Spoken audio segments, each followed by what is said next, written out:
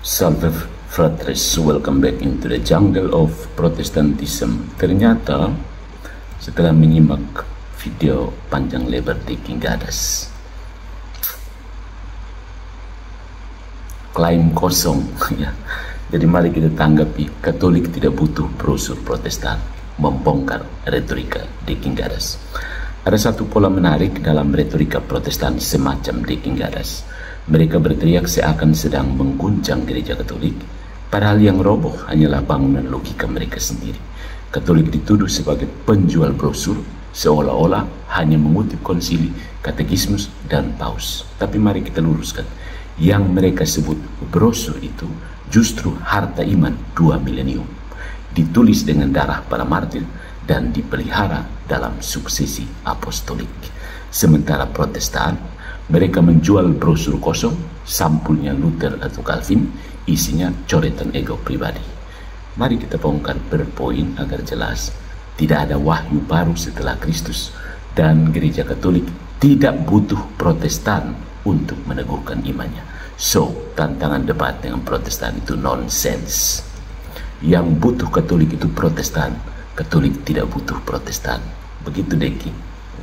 Anda yang butuh Katolik untuk berdebat supaya menegaskan diri, Katolik tidak butuh Protestan untuk menegaskan diri. So, kasihannya bertepuk sebelah tangan. Sorry.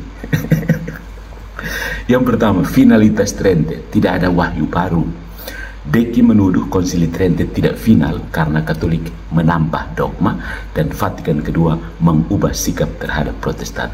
Logika anak TK. Final bukan berarti beku. Trente menutup bab tentang sola fide dan sola scriptura. Titik, itu final. Tapi pengembangan dogma setelah itu urusan Katolik. Maria Immaculata, Assumpta, infalibilitas paus, bukan wahyu baru, melainkan penegasan dari harta iman yang sama. Protestan memang tidak tahu ini ya. Vatikan kedua bukan pembatalan, bahasanya pastoral, halus, bukan anatema di mimbar, isinya tetap kontinuitas, bukan kontradiksi. Deki yang sudah pernah dia kuliah khusus tentang itu keliru karena menafsir dengan kacamata sekuler, seakan gereja harus statis membeku ya. Seakan gereja harus butuh Protestan supaya menegaskan diri. Son pakai bro, begitu. Dengan kata lain, wahyu berhenti pada Kristus. Gereja hanya mengunyah dan menjelaskan roti yang sama, bukan mencetak resep baru. Apalagi butuh berdebat dengan Protestan. Mau dapat apa dari Protestan? Yang kedua, kesatuan Katolik itu sakramental, bukan statistik. Deki menertawakan kesatuan Katolik dengan mengungkit skisma Timur Barat, skisma Barat, Old Catholic, Sede Vacantis.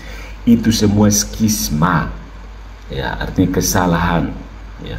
Skisma ada tapi minor. Skisma tidak melahirkan gereja tandingan universal. Sementara Katolik tetap satu tubuh, satu paus, satu magisterium, satu ekaristi yang dirayakan dari Vatikan sampai pelosok Timur Tengah Selatan. Ya, fragmentasi Protestan, para men. Ada yang percaya Yesus sungguh hadir di dalam ekaristi, ada yang bilang simbol, ada yang bahkan menyangkal Tritunggal. Itu bukan sekunder, itu jantung iman Protestan. Ya, jantung iman Protestan. Jantung iman Protestan itu berbeda-beda tetapi tetap satu jua, asal bukan Katolik, bukan? Ya, Katolik tidak pernah butuh ribuan denominasi untuk merasa hidup. Kesatuan Katolik bukan ilusi statistik, tapi realitas sakramental. Yang ketiga, puluhan ribu denominasi, fakta atau brosur Protestan. Deki menuduh angka 33.000 denominasi dilebih-lebihkan. Katanya Protestan tetap satu dalam prinsip reformasi. Pertanyaan Deki, berapa sebenarnya denominasi Protestan? Deki juga bingung sendiri. Dia tidak akan bisa menjawab juga. Coba tanya dia, berapa denom Protestan? Yang kedua tanya lagi, apa manfaat Protestan? Fakta lapangan berkata lain. Ada Protestan yang menolak baptisan anak, ada yang menolak keilahian Kristus, ada yang menganggap Alkitab dongeng. Itu bukan sekunder, itu bubarnya iman. Saya sudah bilang kan, Protestan itu perusak kekristenan nomor 1 di dunia. Sola Scriptura itu sumber perpecahan, tanpa magisterium, setiap tafsiran jadi paus pribadi. Hasilnya jelas, ribuan gereja yang saling bertolak belakang, masing-masing teriak paling murni. Pertanyaan masih sama kepada Pak Dekinggadas, ada berapa jumlah denominasi Protestan? Saya tunggu kuliahnya tentang varian bidan di dalam Protestantisme. Ya, menarik, akan menjadi kuliah yang menarik. Berani terima tantangan ini. Saya tidak butuh itu. Saya hanya butuh Anda menjelaskan maksud kamu ada berapa denom sih, supaya kita tahu. Ironinya, Deki menuduh Katolik tambah dogma, padahal Protestan tiap hari melahirkan gereja baru karena tafsir tidak pernah selesai, bukan? Ya. Baru Luther baru mulai saja, Calvin baku naik dan dia kan, ya. Swingli datang dengan beta cuma ikut baku naik sudah. Yang keempat, otoritas. Siapa yang berhak bicara? Deki bilang tidak perlu otoritas representatif, cukup iman kepada Kristus. Kedengarannya rohani tapi logikanya absurd. Tanpa otoritas, kebenaran jadi opini. Semua orang bisa bikin gereja sendiri dengan Alkitab di tangan. Itulah anarki doktrin Protestan. Ya.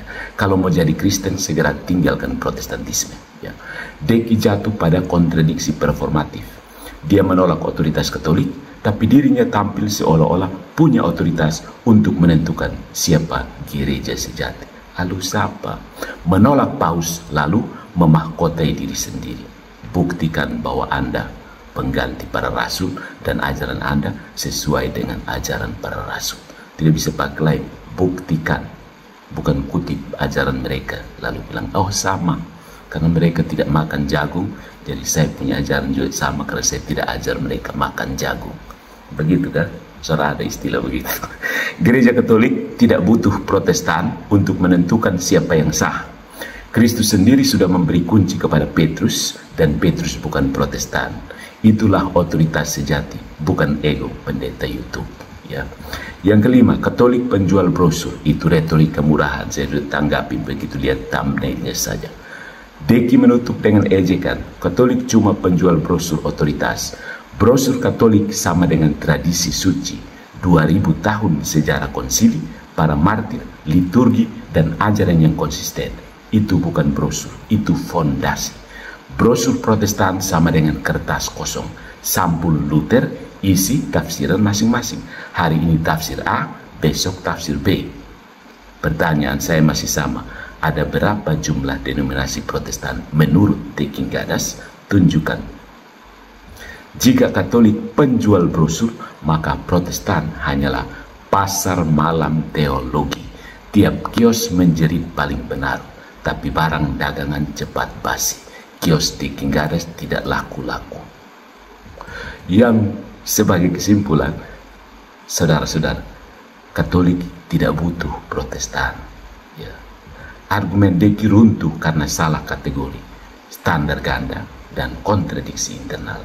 Konsili Trente tetap final dalam ajaran iman, kesatuan Katolik tetap nyata dalam Ekaristi, perpecahan Protestan bukan sekunder tapi fundamental. Fragmentasi adalah DNA Protestantisme. Intinya jelas, tidak ada wahyu baru setelah Kristus. Gereja Katolik tidak butuh Protestan untuk meneguhkan imannya. Maka tantangan debat dengan Protestan itu nonsense. It doesn't make sense. Justru Protestanlah yang selalu menjadikan Katolik cermin eksistensinya sendiri. Selamat bermake up dengan serangan-serangan anti Katolik yang mantul kembali ke Protestantisme sendiri. Follow for more into the jungle of Protestantisme. Kita tunggu pendeta siapa lagi yang mau melancarkan peluru kosongnya.